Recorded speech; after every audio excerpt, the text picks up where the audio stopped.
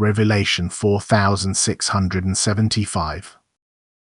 From the 24th of June 1949.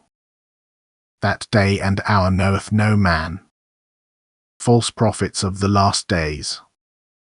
No seer and prophet will ever be able to predict the time of an impending judgment, for this is not permitted by God due to being detrimental for people.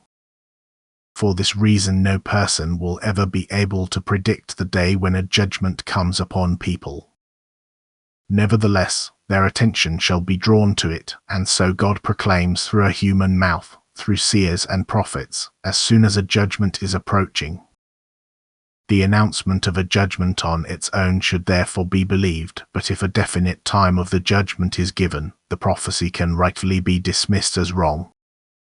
In that case false prophets will have appeared which need not be listened to, for such announcements are generally made for the sake of earthly advantages, and then you must be cautious. However, if God avails himself of a person in order to inform humanity of his eternal plan of salvation, he will not merely inform him of his intention of the forthcoming judgment, but he will also provide him with the general knowledge which makes the necessity of a judgment comprehensible to God's servant, so that he can convincingly substantiate these prophecies to his fellow human beings. But regardless of how determinedly he will stand up for the truth of the revelations, he will never be able to state a precise date, because God reserves this right for himself.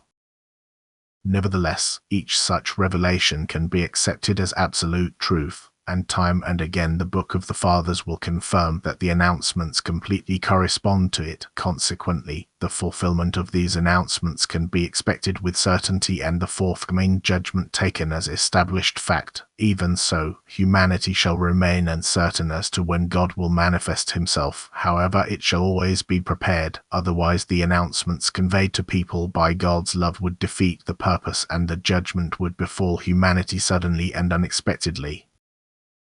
Amen.